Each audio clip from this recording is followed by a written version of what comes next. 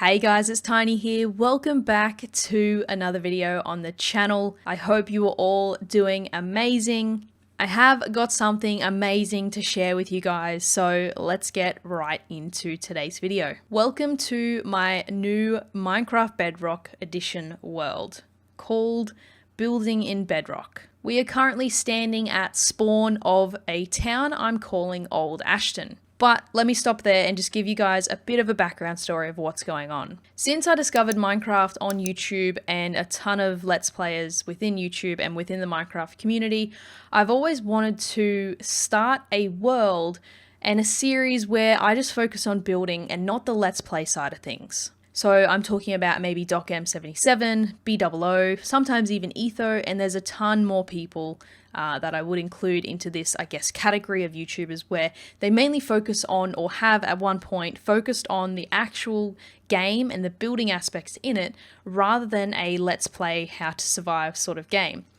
And that's what I'm gonna do, starting here in Old Ashton. Before I do get started, I am using a texture pack by Germ. He is a YouTuber. I will provide a link in the description down below as well if you want to check him out, as well as his texture pack. It is absolutely amazing. It is the most beautiful vanilla texture pack I've ever seen. Comparing it to BOO, they are very, very amazing. Those are my two favorite texture packs, but unfortunately, BOO doesn't actually release his onto Bedrock, and that's the focus of the series. So we are using a little taste of Germ as our resource pack. Okay, guys, so it's time to show you around my little Old Ashton town. Now, I literally used a medieval name generator to pick the name, and it was just one of the first ones that spawned up in front of my name, in front of my eyes, and I just really truly fell in love with it. So this is essentially spawn, left of spawn, and right of spawn. I haven't done too much, as you can see here on the map. We are working with an amazing spawn. I absolutely love it. Bit of a lake here, and I've got a couple of builds already spread out. So I essentially spawned pretty close to here, right there on this dirt pillar, and I just saw this amazing island over here, and I thought, you know what, we need to build some sort of, I guess, outlook or even a lighthouse right smack bang on this island, and then just sort of decorate the island accordingly. We've got some friends here trying to get into our cow farm. Hello. You're a turtle. You are not a cow.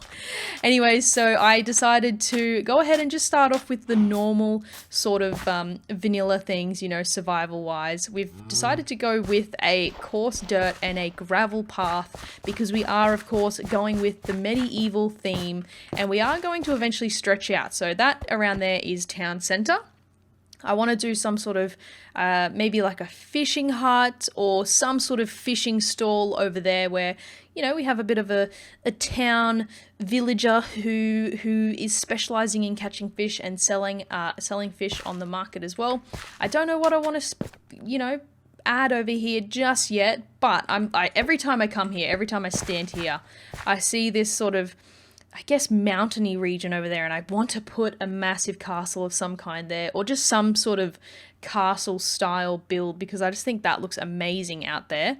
But the bridge was my second build. So the first build itself was actually this outpost here. Now, I'm not going to call it a lighthouse just because it doesn't really look like a lighthouse to me, and I wanted the color palette of spruce, and these are actually andesite, so it's not actually stone. So if I pull up like stone, the stone block is quite light compared to the andesite. So we've got andesite and basically just spruce, along with our coarse dirt and gravel flooring here.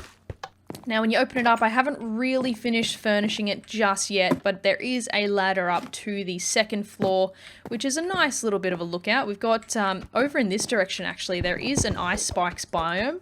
Now, I have no idea what I'll eventually build there at all, because ice spikes, they're a bit weird, but we have such a massive lookout to this huge ocean. I have actually found some treasure as well. There was a sunken ship just sort of out in the midst of this ocean, but it's huge. It is absolutely huge.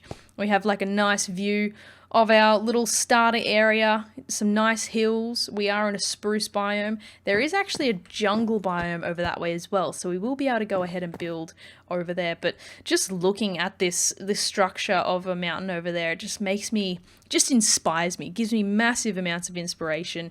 And I have actually been going through and watching all of BOO's really old building with the BOO videos, and it's so inspirational, it's crazy. But let's take a wander back through here, back over our beautiful, beautiful bridge here. I just want to share a bit of a tip with you guys as well. If you go ahead and place fence gates next to each other, they'll all actually be the same height as this one here. But if you go ahead and place a cobblestone wall or some type of wall next to it, it actually brings that down. So I'll show you. See how these are in like the exact same sort of height? But if you place that there, and I'm going to place my button back on top just for a nice little feature, it actually brings it back down. So it's got like this nice flowing sort of function, and I've done the same thing here, but I did want to have a spruce log here just to sort of add to it. And the theme blocks back as well, our beautiful andesite here. This is just one of my chests. I might actually take that raw pork chop out because I'm running quite low. I've been fishing. But yeah, like I said, I'm not entirely sure what I would like to add over here. But that is our outpost. Amazing, amazing. And we'll wander through here. I need to finish the road. As you can see, it kind of cuts off. This will, of course, eventually end up being some sort of fishing outpost.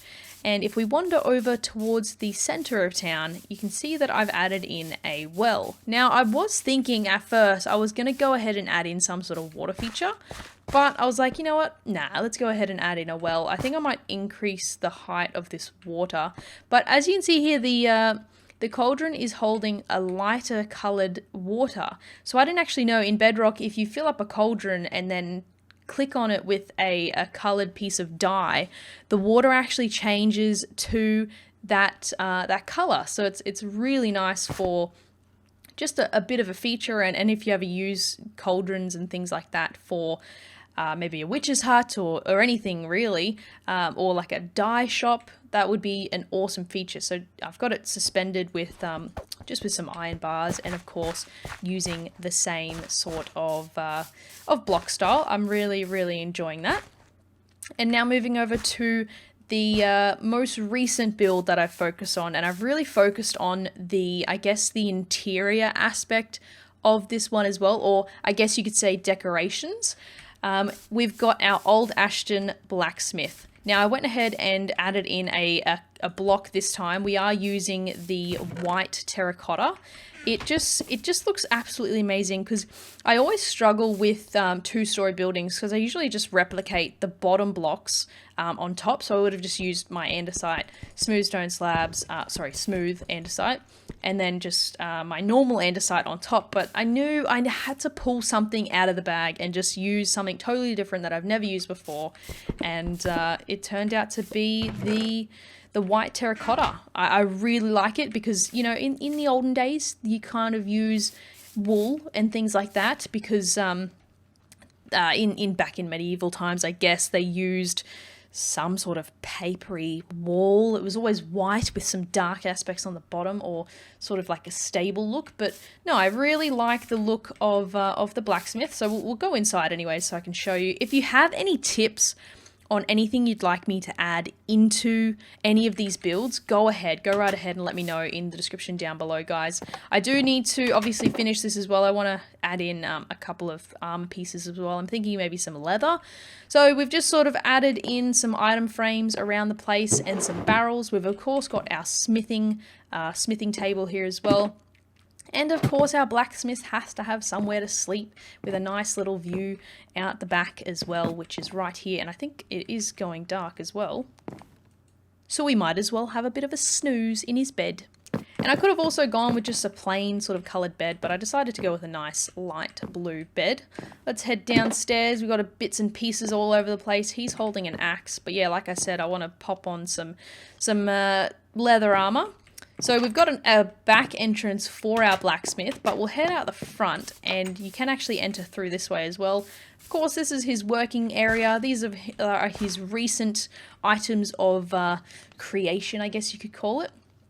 And we've got another smithing table, we've got an anvil, we've got some lumps of coal and iron that he's working on as well, and of course a big furnace with a blast furnace here with some massive amounts of smoke because he is working away very, very hard, and some more, another armor stand. So I did actually get from the treasure chest, I got 2 chainmail helmets, and I think it just adds you know, heaps to the place. Now, I was going to add a roof up here, but I thought, you know what, it is really sort of outside work, so I thought, nah, let's just keep it topless, I guess you could say.